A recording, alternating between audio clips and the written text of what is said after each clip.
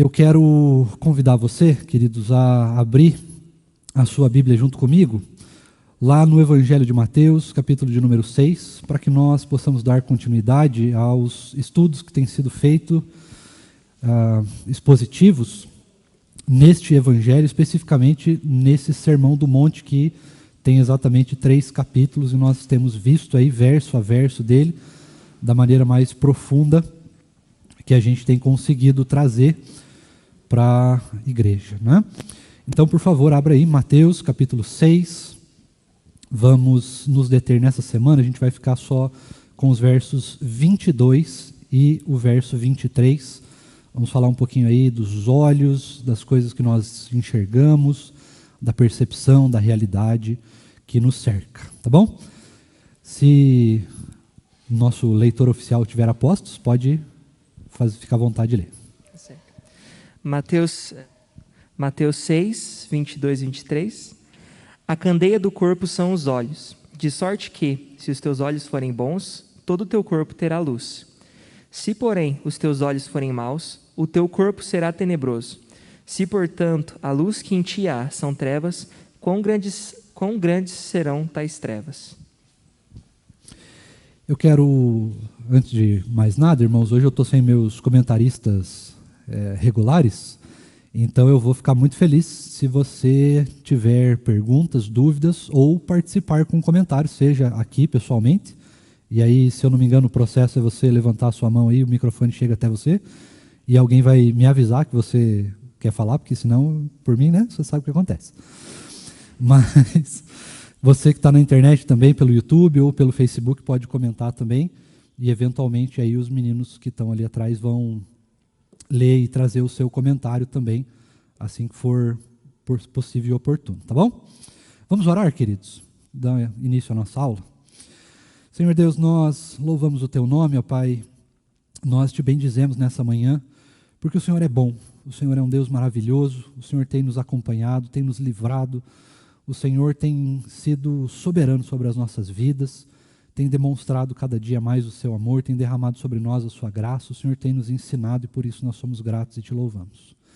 Obrigado, Deus, por mais um dia que o Senhor nos deu, dia esse que nós vamos usar para servir o Senhor, vamos usar para nos preparar, para sermos alimentados pela sua palavra, e esse é o desejo do nosso coração, que o Senhor fale conosco, que o Senhor nos encha do teu Espírito através da sua palavra, dos ensinamentos do Senhor mesmo para as nossas vidas. Fala conosco, Deus, nós estamos desejosos e sedentos de ouvir a sua voz nessa manhã, não porque somente queremos ouvi-la, Deus, mas porque sabemos que a sua voz é o motor que nos inspira a continuar caminhando cada dia mais nessa jornada tão difícil, muitas vezes de te servir, tão desafiadora, porque envolve lutar contra o nosso pecado, lutar contra os nossos desejos, contra o nosso eu. Nós te louvamos, ó Deus, porque o Senhor tem nos motivado, o Senhor tem direcionado as nossas vidas, tem nos conduzido, tem nos inspirado, ó Deus, a cada dia te servir mais e melhor. Muito obrigado, Deus, por tudo que o Senhor tem feito nas nossas vidas. Nessa manhã, fala conosco, nós precisamos ouvir a sua voz. Derrama de graça sobre nós, é o que nós te pedimos, em nome do Senhor Jesus. Amém. Amém. Queridos, certamente, eu imagino, que você já deve ter ouvido aquela célebre frase que eu não vou me recordar agora quem foi que cunhou ela, mas eu sei que você já ouviu. Os olhos são o espelho da alma, ou em outra versão, né, as janelas da alma, ou a janela da alma. Essa frase, ela nos parece uma frase profunda, uma frase cheia de sabedoria, cheia de significado, não é? Normalmente ela é usada em momentos muito decisivos de sabedoria, de intelecto, né? Onde é demonstrada uma capacidade intelectual ou de sabedoria maior, enfim. No entanto, quando nós olhamos para essa frase e nós comparamos ela com o texto bíblico, nos parece ficar muito claro de que as coisas que nós ouvimos por aí, muitas vezes os ditados populares, aquilo que os grandes mestres escrevem nos seus livros, aquilo que os grandes poetas recitam, as grandes letras de música, elas nos aparentam alguma semelhança com a palavra de Deus. Ainda que de maneira distorcida, ainda que de maneira a ser usada de forma talvez pecaminosa, de forma talvez até depravada, a gente pode dizer, mas no sentido geral, o mundo, ele dificilmente cria alguma coisa assim muito nova. Sempre está baseado em alguma coisa.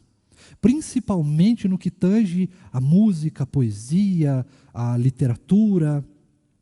Talvez a ciência já seja um pouco diferenciado em algumas coisas, mas nessas coisas que são mais consideradas ali,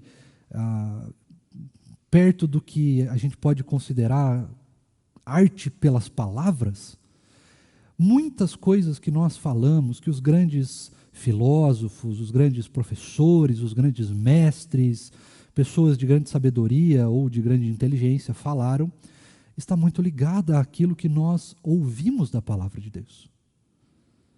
E muitas vezes nós não nos damos conta, ou nos parece que eu li uma frase de Sócrates, de Platão, de Aristóteles, de alguém que eventualmente eu goste muito de outras eras, e essa frase ela é uma frase muito verdade para mim, muito verdadeira, ela é muito significativa para mim. E aí às vezes a gente coloca uma perspectiva bíblica a respeito de algum tema. E essa perspectiva bíblica não parece nos impactar tanto, e eu não estou falando de pessoas que não creem, eu falo de nós mesmos, que nós cremos. Nós temos conhecimento da palavra de Deus, mas alguns momentos da nossa vida nós podemos cair na tentação de olharmos para aquilo que os grandes mestres, os livros, as letras de música, os poetas falaram, e nós podemos dar muito mais valor de uma veracidade salvífica além do que a própria palavra nos diz. Irmãos, a palavra de Deus ela é absolutamente suficiente para as nossas vidas, pois ela não é simplesmente um livro, algo que foi escrito por várias pessoas, algo muito bonito e de fato é, algo muito significativo e de fato é, algo muito cheio de sabedoria e inteligência e de fato é. Mas não é só isso, a palavra não se detém em argumentos humanos ou em circunstâncias humanas. A palavra de Deus, ela é o que ela é, e ela é de fato a palavra de Deus. Ela não contém a palavra, ela não é uma parte que está sujeita a outras verificações, né? Então eu ouço uma música muito bonita, de repente, de alguém que você goste muito de ouvir, e você fala, não, isso aqui também é a palavra de Deus. Né? Essa pessoa estava inspirada, é muito comum, né? Nós ouvirmos isso de um grande poeta. Não, essa pessoa, ela, com certeza, estava inspirada para escrever isso. Mas inspiração, de fato, e essa inspiração bíblica, ela só se detém na palavra de Deus. Não existe uma música, um poema, um livro, um texto de música escrito, né, uma melodia escrita, não existe algum tipo de arte que possa se assemelhar à inspiração da palavra de Deus. Por uma simples razão. A palavra de Deus ela não é só o livro, mas ela é o poder de Deus em palavras. E muitas vezes nós caímos na tentação de subestimá-lo. E por que eu estou falando a respeito da palavra de Deus antes de nós comentarmos sobre o texto de fato? De nós falarmos sobre essas janelas da alma. Se os olhos forem bons, todo o teu corpo será bom. Porque para os nossos olhos serem bons, para o nosso corpo ser bom, para as perspectivas que estão na nossa vida serem boas, para a realidade que nos cerca ser boa, ela precisa estar submetida às leis da palavra de Deus. Ela precisa estar submetida àquilo que o Senhor disse. E é muito interessante nós olharmos para isso, para esse texto especificamente, nós vamos percebendo que essa é uma característica, né, uma situação que era muito falada naquela época, principalmente pelos gregos. Lembre-se que a filosofia, ela começa mais ou menos ali uns 500 anos antes de Cristo. Então, já se existiam alguns textos, já se existiam algumas proposições dos grandes filósofos, gregos principalmente, a respeito disso que o Senhor Jesus está falando. É claro que a gente não pode ter 100% de certeza ao afirmar, por exemplo, que o Senhor Jesus está usando como base para dizer essa frase especificamente, para trazer esse ensinamento, alguma filosofia da sua época. Porque normalmente o Senhor Jesus, ele usa exemplos culturais para trazer algumas lições para nós, é verdade, mas nós não temos nesse ponto específico como ter certeza absoluta se ele estava citando alguma coisa muito específica. O que nós sabemos é que culturalmente, tanto para os judeus, quanto para os romanos, quanto para os gregos, que eram as grandes potências daquela época, os olhos era algo assim extremamente importante. A visão era algo extremamente valorizado. Não a visão no sentido de enxergar de fato, mas a possibilidade que nós temos de perceber a realidade que nos cerca. Quando nós falamos de visão, a visão ela é simplesmente uma substância química produzida pelo nosso cérebro, uma sensação produzida pelo cérebro. Essa é a visão, isso é o que nós sabemos biologicamente a respeito da visão. Mas nós bem sabemos que a visão é muito mais, ela vai muito além do que nós enxergamos. Isso é muito simples, eu vou dar um exemplo rápido, talvez você tenha visto, se você não viu, eu recomendo que você dê uma olhadinha para ver, né? Mas existe uma área de estudos chamada ótica e semiótica.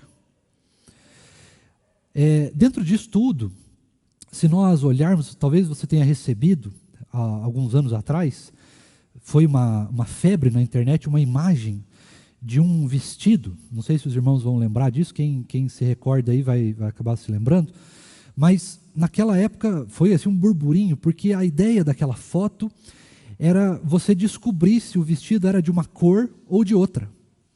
E dependendo da imagem, umas pessoas enxergavam uma cor, outras pessoas enxergavam outra, mas era o mesmo objeto. Depois disso virou febre, aí se você procurar, né, ilusões de ótica, coisas semelhantes, você vai encontrar muita coisa a respeito disso. Muitas imagens que você vai olhar para aquela imagem e vai falar, não, eu com certeza aqui vejo uma bota vermelha. Aí outra pessoa vai olhar e vai falar, não, mas eu vejo um carro. Oi? Como assim um carro? Não, porque está ligado àquilo que nós enxergamos a respeito da nossa realidade. É claro que a visão, quando você olha para uma árvore, eventualmente você vai olhar uma árvore, né? Uma árvore. Mas se você for um botânico, por exemplo, você não vai olhar uma árvore. Você vai ver um carvalho, sei lá das quantas, da origem XYZ, que tem tantos anos de idade, que tem tais e tais propriedades medicinais ou não. Mas se você for, de repente, um astrobiólogo, que é uma nova categoria da biologia que tenta pesquisar formas de vida, de vegetação em outros planetas, por exemplo, você vai perceber que ele vai olhar para aquela situação, não, isso aqui é um resultado matemático, não sei o que das quantas, porque de processos biológicos que aconteceram assim, assim, assado, que pode ter sido isso ou aquilo.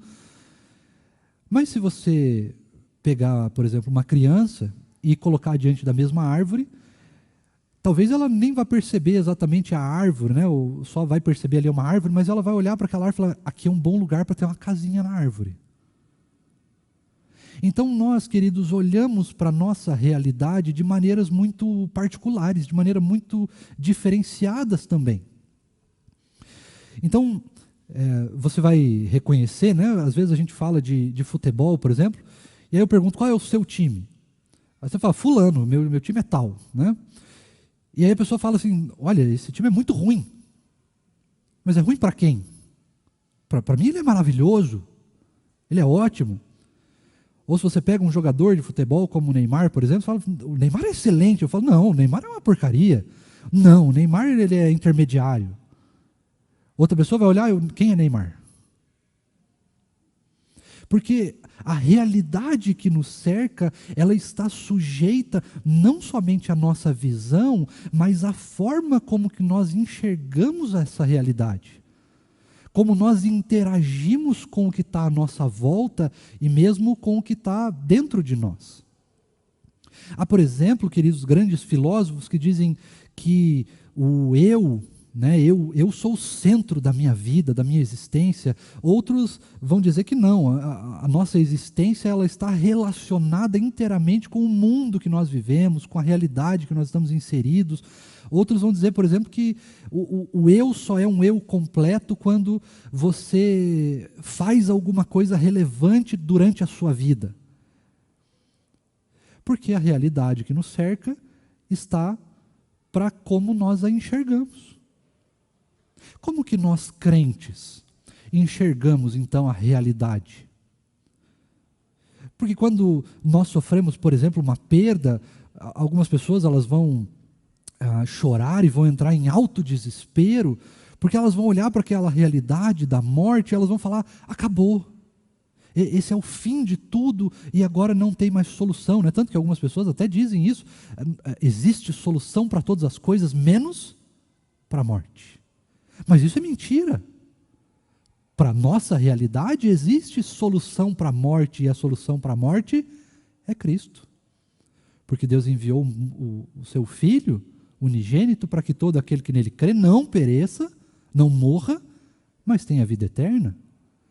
Portanto, nós não temos essa realidade de que a morte é o fim. Muito pelo contrário, a morte é a continuação da eternidade. Talvez para nós a gente pode dizer que ela é uma transição desse mundo caído para o reino definitivo da luz. Mas isso está de acordo com a nossa realidade, a forma como que nós enxergamos o mundo e as coisas à nossa volta. Eu quero antes dar um último exemplo, um pouco mais científico, antes de nós partirmos de fato para o texto. Hoje nós temos uma grande realidade científica, se você acompanha aí as notícias de tecnologia, o que os cientistas têm descoberto, você vai concordar comigo, vai entender um pouco melhor o que eu estou dizendo. Né? Hoje nós estamos produzindo coisas absolutamente extraordinárias, cientificamente falando. Se você pegar, por exemplo, sobre energia, os cientistas hoje do mundo procuram descobrir uma forma de nós termos energia limpa, mas de grande quantidade, e o que tem se proposto para isso é algo chamado fusão a frio. Pastor, o que é isso? Não faço a menor ideia. Eu não sei, eu não sou físico, eu não tenho como saber as implicações e como que funciona, como que se constrói. Mas lendo as notícias, eu sei que eles descobriram uma forma de construir um reator lá na China, nos Estados Unidos, e tem vários no mundo, né? Tem um na França. E eles conseguem, nesses reatores, atingir uma temperatura dentro deles de quase 200 milhões de graus Celsius. Só para você ter uma ideia, o núcleo do nosso Sol, pelo que os cientistas dizem, pode atingir somente 15 milhões. Ou seja, nós conseguimos produzir um calor maior do que o próprio Sol dentro de um laboratório. Veja que essa é uma realidade absolutamente distante de nós. Talvez isso seja algo, talvez você até duvide, não é possível. E tudo bem você duvidar, porque a gente não estava dentro do laboratório, então como é que a gente vai saber de fato, né? Só tendo acesso àquilo lá e sabendo se é realmente verdade, se é possível, se não é. Mas veja, essa não é uma realidade que faz parte de nós. Não é algo que está ligado àquilo que a gente vive no nosso dia a dia. Eu não acordo de manhã, ponho um jaleco e vou para um laboratório criar um sol lá dentro. Mas essa é a realidade de algumas pessoas. E às vezes, querido, nós olhamos para o mundo que nos cerca com uma perspectiva absolutamente, como é que eu posso, a palavra ela é muito dura, de fato, né? Eu até queria diminuir, mas nós olhamos com arrogância. Porque às vezes eu olho para a vida do outro, né, vou trazer mais para a nossa realidade, às vezes eu olho para a vida do outro e eu julgo aquela outra pessoa a partir de mim mesmo. Eu percebo a realidade que me cerca de uma maneira e para mim aquilo é tão real, é tão absoluto, que eu não consigo perceber outras perspectivas. E aí nós entramos em uma realidade muito complicada, que é o que nós estamos vivendo hoje. Você vai concordar comigo, queridos, que se nós olharmos para o nosso mundo hoje, é meio que cada um por si, cada um olhando para o seu próprio umbigo, um puxando o tapete do outro, um querendo ser mais do que o outro, um querendo ter mais benefícios do que o outro. E aí isso nos traz para uma realidade onde nós estamos uns contra os outros. Então, por exemplo, se você é branco, por exemplo, né, sua pele é branca, de repente você encontra uma pessoa que é negra, e aí essa pessoa negra ela vai olhar para você com diferença. Mas aí, se nós colocamos sobre outra perspectiva, se nós olhamos assim, olha, nós dois temos fome, portanto nós somos iguais. Nós mudamos um pouco a perspectiva. Logo, nós nos tornamos mais iguais do que diferentes. Mas eu estou tão apreciado com aquilo que é meu por direito, aquilo que eu acho que é certo. E isso está ligado a todas as áreas da nossa vida, né? Dentro do casamento, um acha, principalmente hoje com os mais jovens, isso é muito, muito claro, né? Tem ficado cada vez mais claro, onde existe, o eu é mais importante do que o nós. Aí se você começa a trazer para a parte dos filhos, aí dentro dos filhos, não, o filho ele tem que ter a sua individualidade, ele tem que ter a sua privacidade, ele tem que ter o seu, é sempre o seu. E nós vamos perdendo a perspectiva do nosso. Mas isso está ligado a uma realidade. Então às vezes eu olho, por exemplo, para a política, eu falo, não, eu sou de direita. Não, eu sou de esquerda. Não, eu sou liberal. E aí quando nós olhamos para a perspectiva do reino de Deus, frente à política, ao preconceito, à sexualidade, à individualidade, aquilo que eu quero, aquilo que eu deixo de querer, eu vou percebendo que essas coisas não são tão importantes assim. Não é tão importante ser de direita, ser de esquerda, ser liberal, ser advogado, ser médico, ser isso, ser aquilo, ser. Porque para a nossa perspectiva bíblica, o que importa é algo que está além do nosso eu. É algo que transcende, algo que transborda o eu. É por isso que o Evangelho do Senhor Jesus, se nós expusermos todo o Evangelho de Mateus, por exemplo, nós vamos chegar no capítulo 28, onde ele diz, ide, portanto, por todo o mundo, fazei discípulos de todas as nações. O que é fazer discípulos, se não abrir mão do eu? Porque veja, para mim, por exemplo, eu, pastor Patrick, estou salvo. Eu creio plenamente na minha salvação, tenho alegria da minha salvação, eu tenho convicção da minha salvação, do meu chamado, do meu encontro com Cristo. Então, aqueles que não creem, pouco me importa, eu já estou salvo mesmo. Mas a perspectiva do reino, ela é outra, porque se eu estou salvo, eu tenho automaticamente o desejo de compartilhar isso com o outro, e essa é a vida cristã. A vida cristã ela não se trata do individualismo, mas ela se trata do outro, do nós, da construção de um lugar melhor, de um mundo melhor, de uma sociedade melhor. Quando os crentes estão inseridos no mundo, é uma forma também de nós percebermos a graça de Deus no mundo e olharmos então para a realidade e percebermos que nós podemos participar dessa realidade, mudando essa realidade. E ao mudar essa realidade, ou seja, a simplesmente sermos crentes fiéis à palavra e ao Senhor Jesus, nós temos condições de mudar a realidade onde nós vivemos.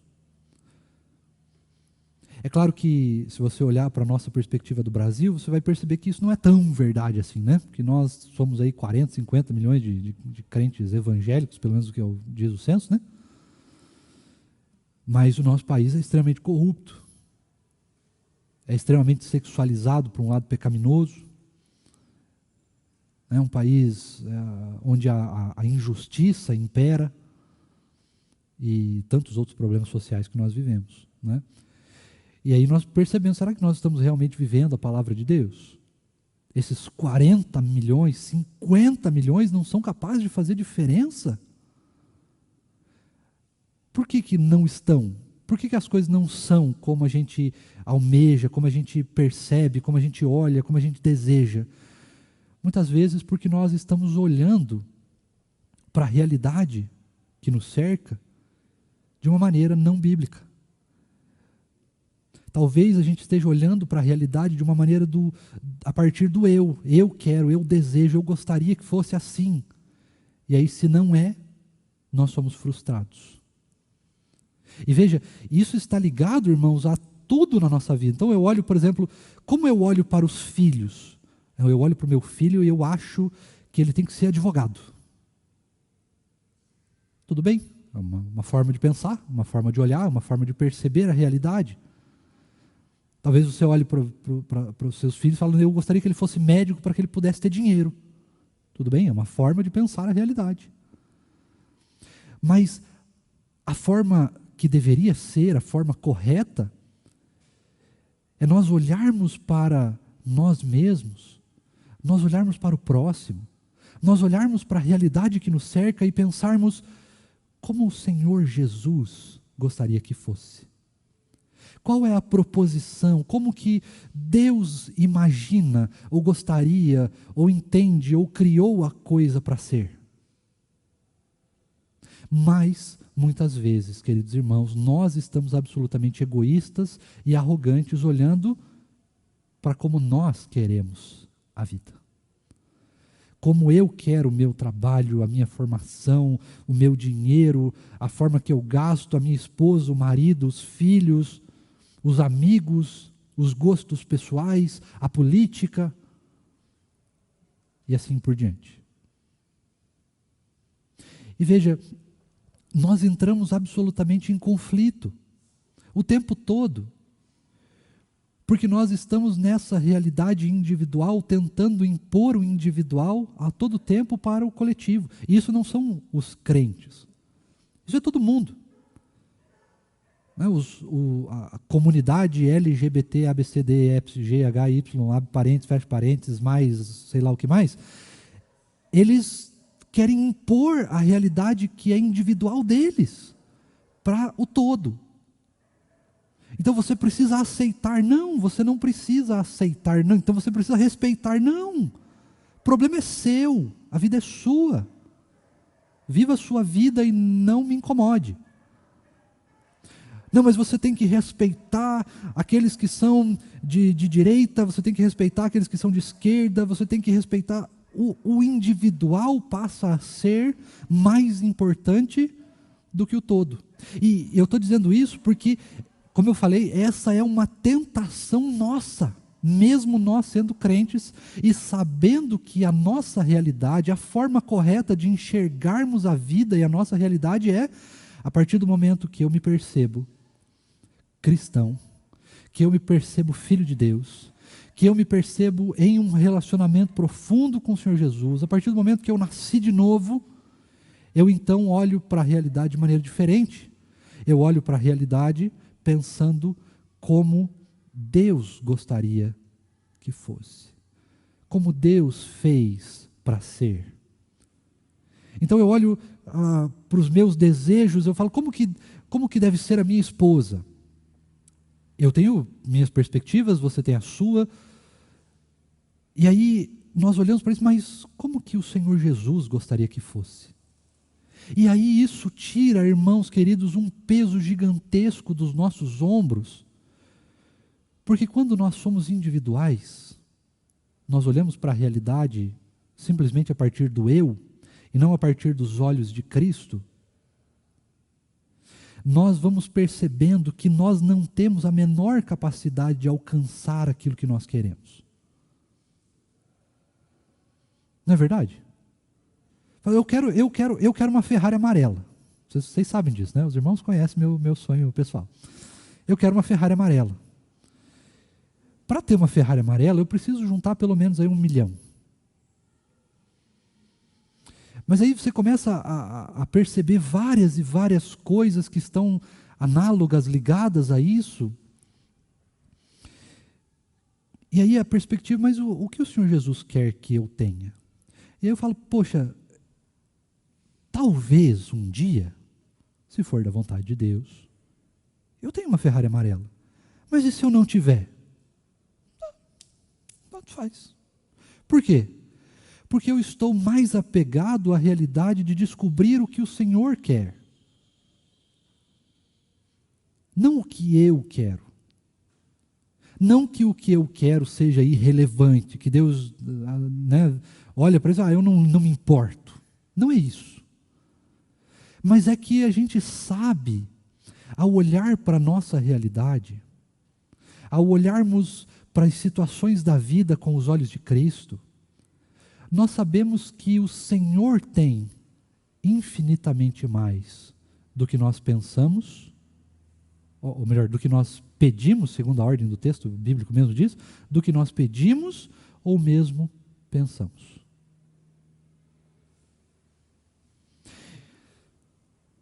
Depois de tudo isso, a gente olha para o texto.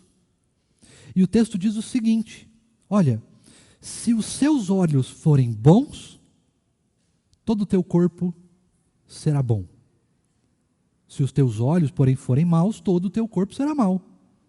Parece uma coisa absolutamente simples, absolutamente lógica. E é engraçado que esse texto ele está no meio de 2 outros textos muito importantes. Se você vai lembrar da aula passada, foi falado sobre os tesouros.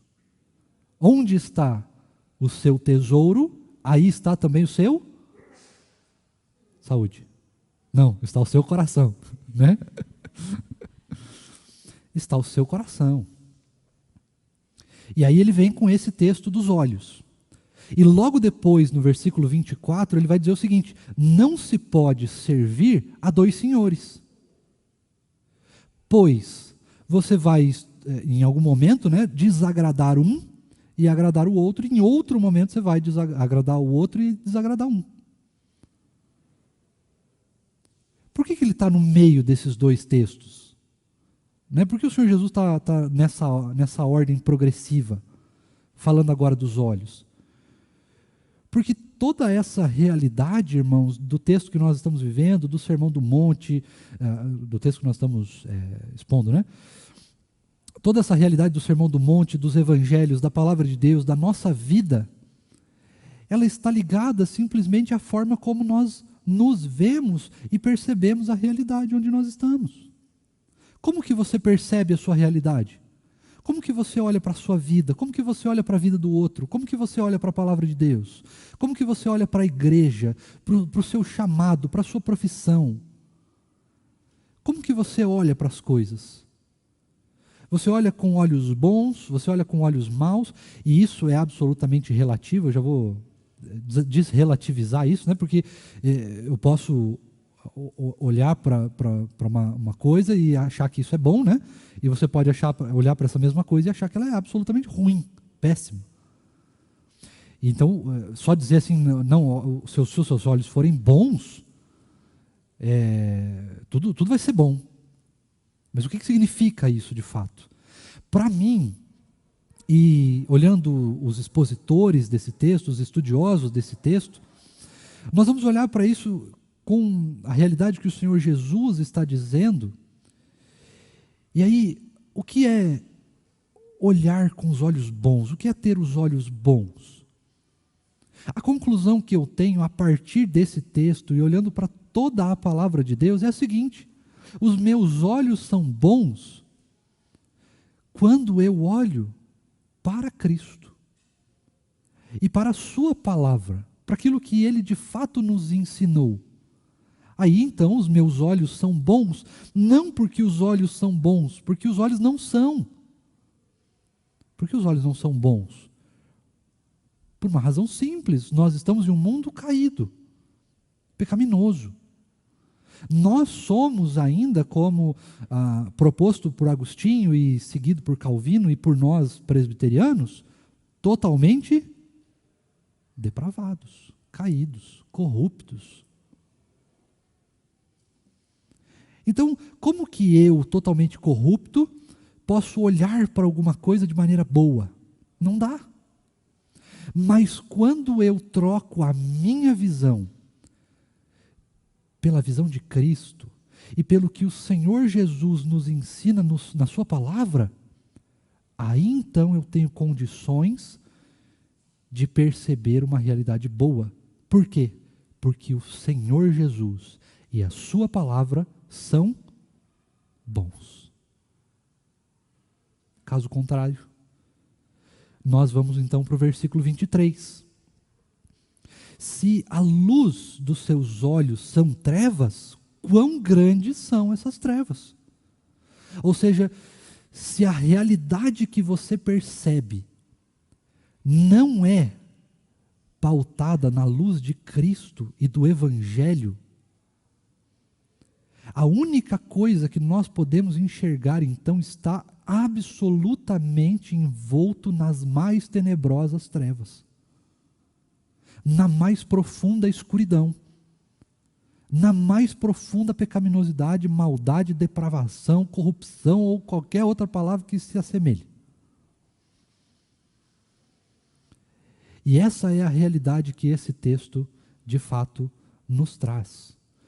Como eu tenho percebido a minha realidade, como eu tenho olhado para as coisas com os olhos da carne, com o meu próprio olhar pecaminoso, caído, ou eu tenho me esforçado para olhar para o mundo, para a realidade do que eu faço, do que eu vejo, do que eu sinto, do que eu sou, com a perspectiva da luz do Evangelho do Senhor Jesus. Temos perguntas? Falei demais já.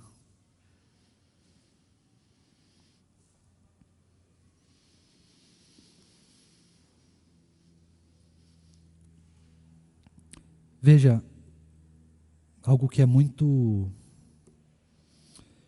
particular de nós olharmos quando estamos envoltos diante do Evangelho, é cairmos na tentação de que alguma coisa que nós percebemos, ela é mais significativa do que o Evangelho. E outro erro muito grave que a gente pode cometer é olhar para o Evangelho e individualizar o Evangelho. Mas não individualizá-lo, irmãos, no sentido, assim, eu olho para, por exemplo, a mentira. Vamos pegar a mentira, uma coisa mais simples. Eu olho para a mentira, então, eu percebo que a mentira é pecado. E aí então eu individualizo a mentira. No sentido de, um exemplo mais claro seria falar assim, olha, eu, por exemplo, sou de direita. Vamos dizer, né, estou supondo aqui, né? Você olha aí para você mesmo e fala assim, eu sou de direita. Politicamente você se posiciona à direita. Aí você fala assim, mentira é pecado. Então, logo tudo que não é de direita é pecado, é mentira. O que nós estamos fazendo? Nós estamos pegando aquilo que nós acreditamos extra a palavra de Deus e trazendo para a realidade, ou seja, individualizando aquilo a partir do que a Bíblia diz. Mas a palavra de Deus, ela não permite que nós façamos esse tipo de joguete com as coisas. Então, só é palavra de Deus, só podemos usar da palavra de Deus quando nós não estamos individualizando a nossa própria realidade. Quando nós abrimos mão daquilo que nós pensamos. Para que, então, a palavra de Deus se cumpra nas nossas vidas, de uma maneira que eu não olhe para o outro, né, e tente colocar algo que a palavra não diz, por exemplo. Se nós pensarmos pelo lado da política, por exemplo, a palavra de Deus não fala sobre política.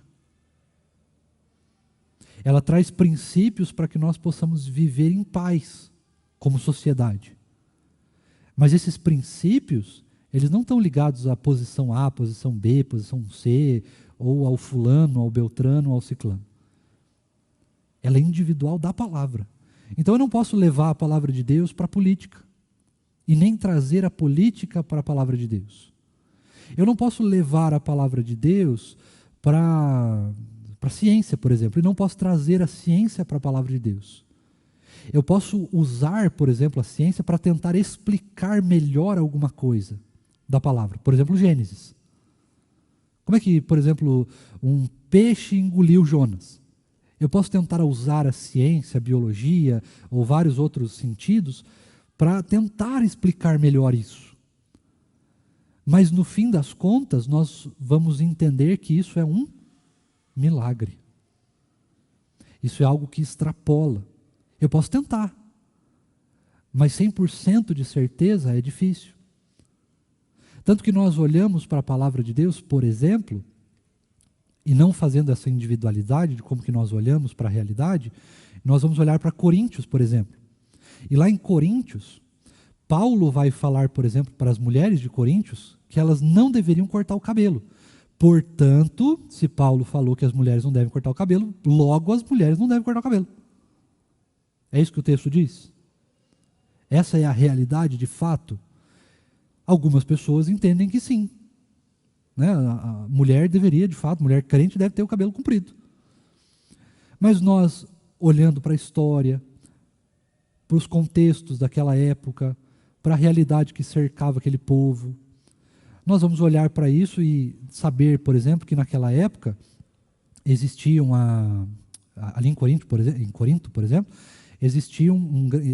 era uma cidade portuária, né, e existia um grande número de prostitutas, por exemplo. E essas prostitutas, elas tinham o cabelo curto. Quando Paulo começa a pregar o evangelho ali, algumas dessas prostitutas, então, começam a se converter ao evangelho de Cristo. E aí, para que elas não fossem confundidas com prostitutas, Paulo pede que elas deixem o cabelo comprido.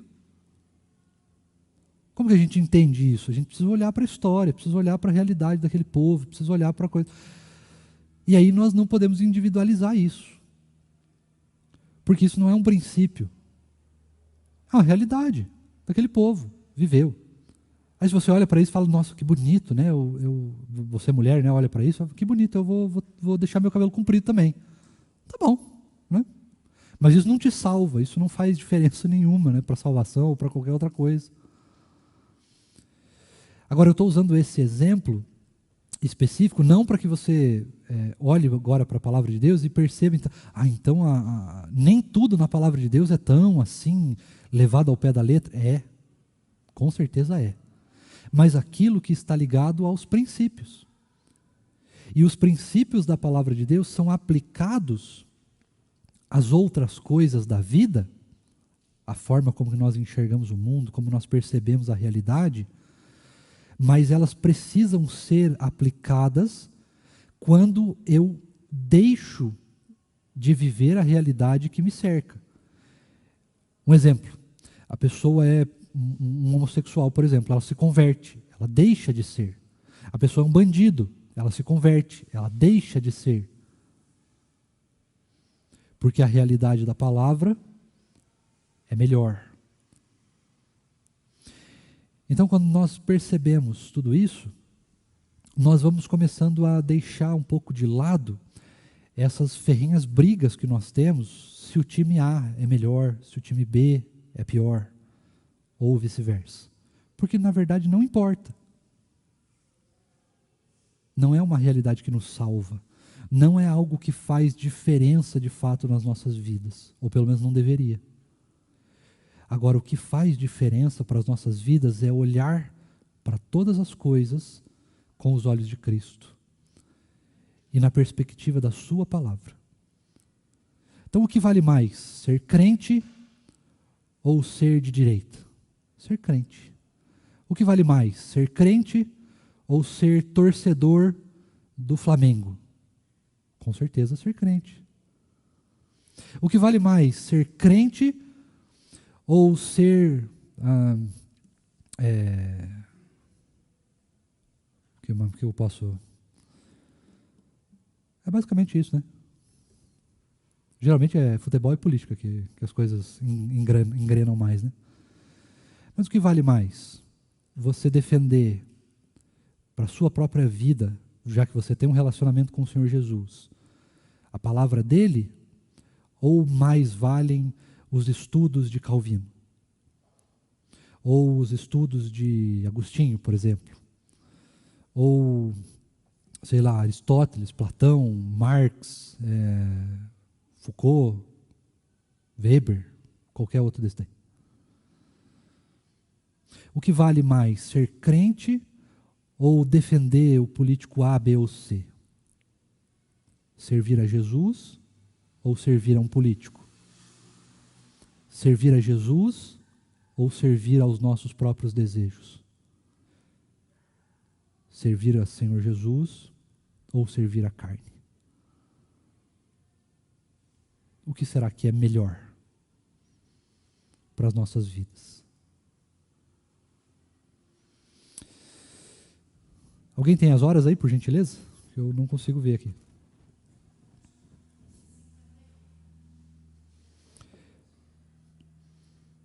Eu estou satisfeito, irmãos. Os irmãos têm alguma pergunta? Chegou algo pelo YouTube, alguma coisa assim?